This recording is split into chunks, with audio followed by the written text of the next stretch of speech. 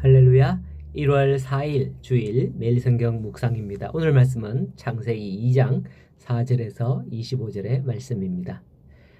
지난 한 주간 무탈하게 잘 지내셨는지요? 눈과 비는 오진 않았지만은 며칠간 굉장히 추웠습니다. 그렇죠? 울산이 비록 남부 지역이지만은 아침에 영하 10도까지 내려가는 등 예년에 비해서 극심한 한파였다라고 생각이 되어집니다. 그런 추위를 지나서 큐티 말씀을 준비하면서 문득 생각이 듭니다. 과연 하나님께서 천지를 창조하셨을 때도 이런 추위가 있었을까 하는 그런 생각 말이죠.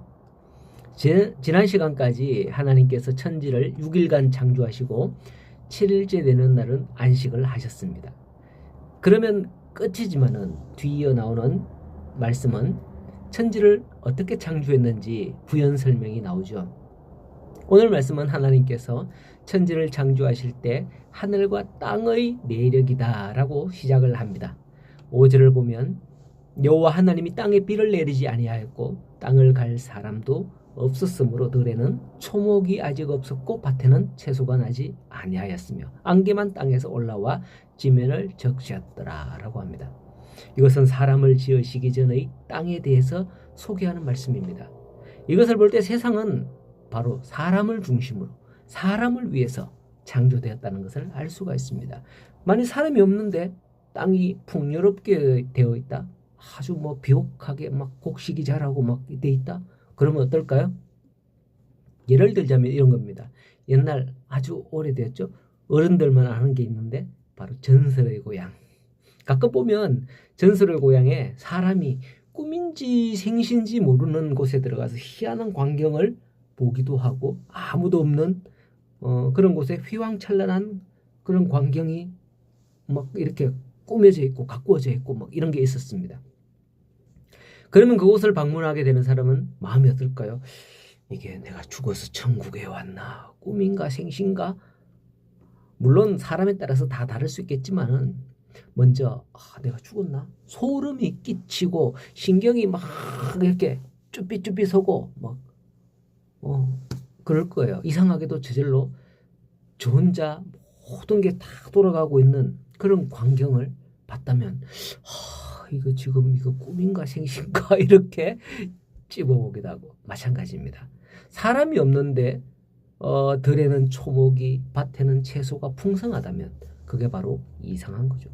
후에 보면 하나님께서는 사람을 지으신 후에 이 모든 걸 정상적으로 운행하시고 사람에게 그것을 가꾸도록 맡겨 주시는 것을 볼 수 있는 거예요. 요즘 세상은 참 자동화 시대죠. 문도 사람이 석 다가가면 저절로 쫙 열려야 되고요. 심지어 자동차도 사람이 손을 안 대도 저절로 운행이 되는 그런 시대가 되었습니다. 돈만 있으면 그런 거 사는데 저는 돈이 없어서 못 삽니다만은 공장에는 밤새도록 기계가 자동으로 돌아가요. 사람이 없어도 될 정도로 말이죠. 이처럼 사람과 사람의 기술은 정작 사람이 필요 없어도 되게끔 발전되고 있죠. 로봇이 다 해요. 세상은 사람 중심이 아니라는 거예요. 하지만 하나님께서는 사람 중심이었습니다. 그걸 본문에서 다시 한번 느끼게 되는 거죠. 지난 시간에 하나님은 사람을 지으시기 위해서 사람의 형상과 모양대로 지으셨다라고 했습니다. 그리고 사람이 생겼을 쯤에 이해가 되지 않았을 수 있겠지만 바로 오늘 2장 7절 말씀에 보면 여호와 하나님이 땅의 흙으로 사람을 지으시고 생기로 그 코에 불어넣으시니 사람이 생명이 되니라 라고 하고 있죠. 다른 동식물과는 달리 이처럼 하나님께서 손수 흙으로 빚어 지으셨다는 것을 알 수 있는 거죠. 그래서 모든 사람은 죽으면 흙으로 돌아가는 거예요. 물론 요즘 화장을 많이 하기 때문에 흙이 아닌데요 라고 할 수 있겠지만은 유족들이 받는 것은 다 태우고 남은 유골 가루지만은 그것 자체도 땅에 묻으면 다 흙이 되는 거예요. 사람의 재료는 요즘 비싼 금이나 은도 다이아몬드도 아닌 땅의 흙인 거예요. 땅의 한 줌의 흙으로 돌아간다 하죠. 죽으면 땅의 흙인 거예요. 그런데 사람이 특별한 이유가 무엇일까요? 그것은 바로 흙으로 지으셨으나 사람을 지으시고 생기를 그 코에 불어 넣으셨다는 점이에요. 생기를 코에. 그러니 사람은 생령이 된지라. 영적인 사람. 사람에게는 육체와 영혼이 있다 그러잖아요. 그죠? 이 점이 사람이 다른 동물들과 다른 점이에요. 동물은 아무리 사람을 닮고 그래 뛰어난 원숭이도 생기를 불어넣어 영혼을 주지 않으셨습니다. 오직 사람만 영혼을 가지고 있는 거죠. 그래서 사람은 함부로 대하면 안 되는 거예요. 생명이 되게 하신 그 영이 하나님께서 주신 것이기 때문에 그 영혼은 죽으면 다시 하나님께로 가는 거예요. 사람이 죽었을 때 무슨 말을 합니까? 돌아가셨다. 이런 말을 하잖아요.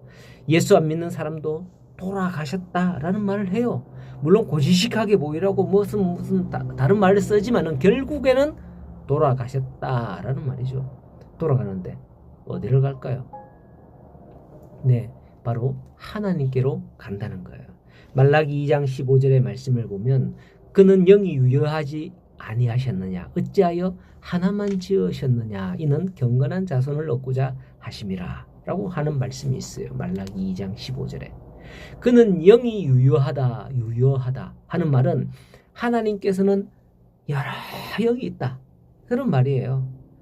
많다 이런 말이죠. 경제적인 용어로 잉여라는 말 알죠? 잉여 자산 뭐 이런 말 쓰죠.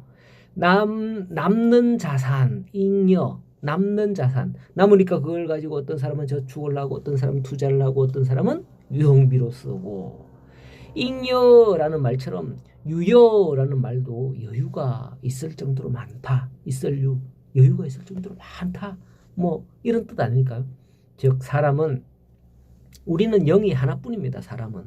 그러나 하나님의 영은 수없이 많다. 유효하다. 많다는 거예요.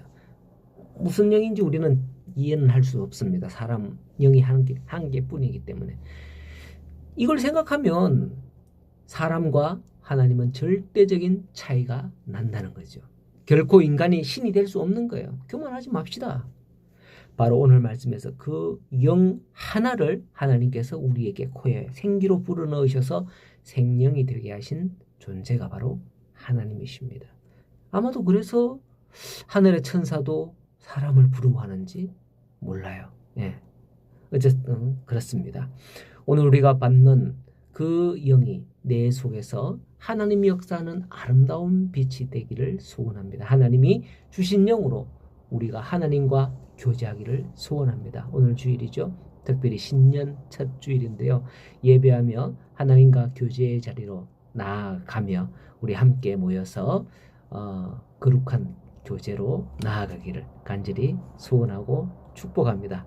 이따 주일에 뵙도록 하겠습니다.